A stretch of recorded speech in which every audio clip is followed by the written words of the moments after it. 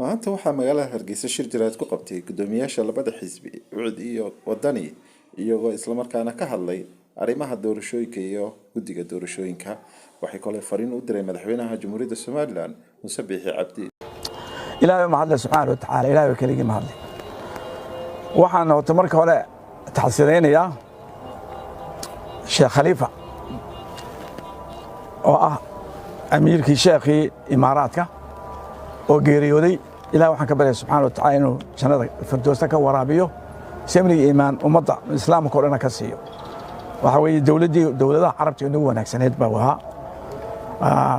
waxa kaloon ilaahay ka baryay subhanahu wa ta'ala ilaahay roobkii uu istaagay ilaahay inuu soo celiyo oo abaarta naga saaro waxa kaloo aan arkayay waftigii Mareykanka ciidamada iyo safiirka waa socda horta waftiga Mareykanka iyo wufuud badan oo kale way inoo imanayaan laakiin waxay ku xiran tahay siyaasadda dibadda waa siyaasadda gudaha hadaanu gudaheenu aanu hagaagsaneen waxaas waxay noqonayaan culbiya dhaamshay marka waxba ku farxina inta dawlad hoosteena quran ka tahay khayrkaasi ma imanayeen laakiin waa jira opportunity badan arrintan maanta ka hadlayna commissionka waa ka hadlay xirsi guddida la qabtay horta guddi meesha qabato ma ogolin maaha macnaheedu maaha mid qabato maaha intaasoo jeer commissionku isbedeleen oo ay soo jiraan ahayd in hoggaanka la bedela laakiin markii maanta la bedelay reeyra guddi baan saarayaa aan ognay dadka soo magacaabana halka soo jeedaan qaarkood yihiin dadkii xeerka Soomaaliland isdila xeerka liira ee maxkamadu laashay dadkii sameeyay waxaan aragnaa Muuse oo markii hore horta xukunka ku yimi kuma wanaag iyo aqli laga yaqaanay baad buu ku yimi baad buu ku yimi oo kulmiyo baaday oo yiraahdaa isaar weydaan ya Hargeysa nabad ku joogi maysan baqa lagu siiyay maanta wuxuu doonay baqi ku sii joogo horta Muuse waxaan ku sheegayaa waad cadeysatay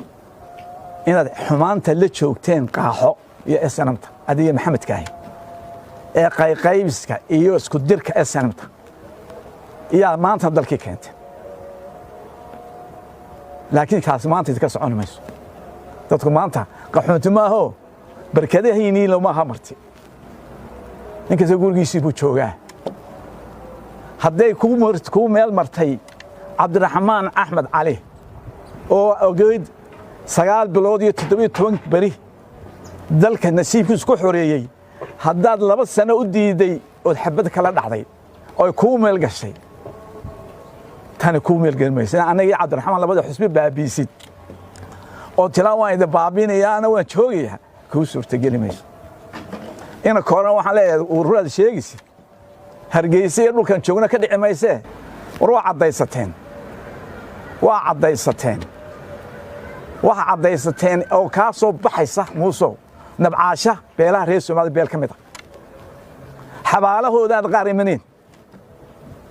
dadkii inaga dul waqooyi inaga dhigay magaceena baabiye xamar tagay ayaad qaarna heroes ku sheegaysaa qaarna aflagaadeynaysa waxa ka soo fatahaya nabcaashihi anagu dadku noo sameeyay reer Soomaaliland laakiin waxaan ku leeyahay formulaadii qaaxo ee qaybi oo isku jir dadka oo bahas cadlaha oo Jibril Abakar hubka ka jooji markay xeebta qabteen xaarad muu ku socon meesha mar dambe ina koran waxaan leeyahay haddaan Hargeysa isku qabsanayo Muuse Biixi wad caray doonta anagu ma nooga kala tagi doonta war waxaan leeyahay Maxamed Kaayano ciro soo dagaasooy ku jira berbera gama soo qaban ninku Xasan Ciise soo qabtay soo muhiim isoo dagaalkiisa ku soo baxay muhiim aniga nin kale ilaaho dhaga weyne maalintii ugu horeysay markan gudda nabad u ahaa ayuu ninka gaalka maad baraydan Canadianki ayaa Hargeysa ka soo noqday wuxuu Hargeysa burcaan tagay Hargeysa way fuucanta laakiin magaaladii Burco ina Kaahin ayaa Ibraahim dhaga weyne ku qasbiya inuu ood weyne weeraro waarku qaxeen habar Yunis كك فيصل بي هرجيسان يمين نينك أي صاحبي يا عبد الرحمن أحلى واحد صاحبي عبد الرحمن فارح حربي عبد الرحمن فارح حربون صاحبنا هاي أيام ما هو لويان والمتقن دوين ها يقويان ما هو بيقويان واحد ما هو نينك أنا ولادي هو مسني وحسي دريسي دجال كا وضعنا كاين كتشوج ما أنت إنك كاين يا موسى ركوب فانا نبتجد ما أنت اللي تشوفه أنا يا كاني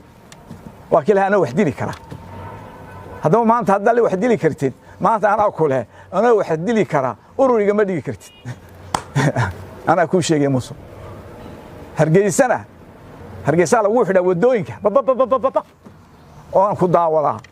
مدحوينها داية سو كمان تشوفوا هين والله سكوا عطيستي حبا هاي دنيرتي هالشيء wax ka weyn ma imanaya hadaa duubteen sharcigi aan ku soo distorki hadaa gudidii baabisan commissionka de halka la tagay wagaransa wayno booramato gal qaabaabu shay kii soo kanu bal aabuliya hadaa nintahay shanta bilood ee ku hadhay bal dhamayso shanta waxa wax korso wax waabi ka dhacda wariyaha waanaha geeliya timirtaada iska cunbaan ku leeyahay عد كست دني بات واحد كاش دنبي بات كاش أنت وحنا سوماليا دومين سوماليا وكهدية ودول قاط وحنا كودول قاطنا قدومي بعد يالته كمشة كحجين كي بعد يالته وان فاهم واحد يالته مقام ساي كي أجاسمه يقول وان يالته أنت قالوا وحنا ما تقعنا دول كيت كدومين وسيداية هذا تلقى ليه هو مدحوين ونقابت السلا دانو كوما بتشتغل وان كاتين نما حكومة كرتيتي مقاس ما نوحو كرتادين الصومالي ما دد الكو كرتكتي دستوركي waxaan qoranay ma xukum ka ana waxaan ka soo jeedo laba nin ilmaadeen oo nahay ima xukumi kartid you will never do it marda ima xukumi kartid hadaad ka tagtay sharcigeenu ku heshiinay madaxweyne iyo mid horada xarshinta hargeysana leh aan ku leeyahay waxaan ku sheegayaa 18 kamay waxaan qabanaa guddi isku dhafa oo qabanaysa xafladiisa ka weyn oo gaar ah oo 18 anaga u dhimanay anaga nabadeeda ka shaqeynay anaga u gaajoonay iyagu ma gaajoonay inta qolqol waxaad ku hayso ogtahay ninka la yiraahdo Cabdiraxmaan Tuur waad ogtahay waxaad ku haysay ninka la yiraahdo cigaal maxamed xajaa cigaal waad ogtahay waxa ku haysay ninka riyaala la yiraahdo ee oran jirtay ulbano ka soo saarina meydka wanaag sheegan kara ma labada kormeel wanaag sheegan kara waa ogtahay siinay waxa ku haysay shaanidii aad ku riday isku xeertay balkii damada 40 reer samatar atayaan ay soo gal waad cadaysatay dalka waad kala dirtay adeeg ku jirtaa inaad dalbahaaga hagaajiso qaran ku soo noqotid iyo inaynu kala tagno ka labada soo marba ku leeyahay